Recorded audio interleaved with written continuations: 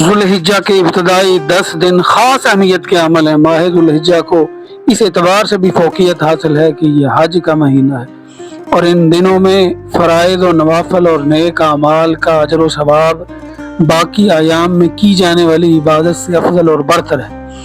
فرمان باری تعالیٰ ہے سورۃ الفجر کے اندر، والفجر ولیال عشر، فجر کی قسم اور 10 راتوں کی قسم۔ اکثر مفسرین کے نزدیک یہاں 10 راتوں سے مراد ذوالحجہ کی ابتدائی 10 راتیں ہیں، جن کی مزید فضیلت اس حدیث میں ہے کہ ان 10 راتوں کی فضیلت اتنی زیادہ ہے کہ اللہ تعالیٰ نے فجر کی اور ان راتوں کی قسم اٹھائی ہے۔ سیدنا ابن عباس بیان کرتے ہیں کہ نبی صلی اللہ علیہ وسلم نے فرمایا، ذوالحجہ کے 10 دنوں سے افضل کوئی عمل نہیں ہے۔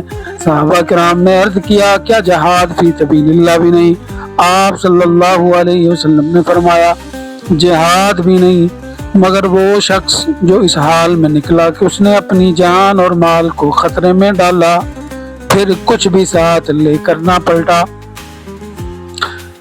صحیح مسلم کی حدیث 1162 کے اندر 9 ذی الحجہ کے روزہ کی فضیلت، گزشتہ اور آئندہ 1 سال کے گناہوں کا کفارہ۔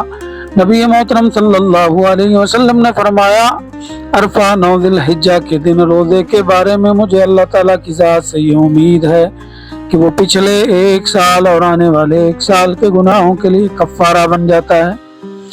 اسی ماہ مبارک کے اندر اللہ تعالیٰ نے حکم دیا، فَصَلِّ لِرَبِّكَ وَانْحَرْ، پس تو اپنے رب کے لیے نماز پڑھ اور قربانی کر۔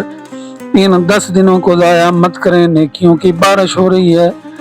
اچھے پیغام کو لائک اور شیئر کریں اور اللہ کی رحمت سمیٹنے کے لیے ان دنوں کو ضائع مت کریں۔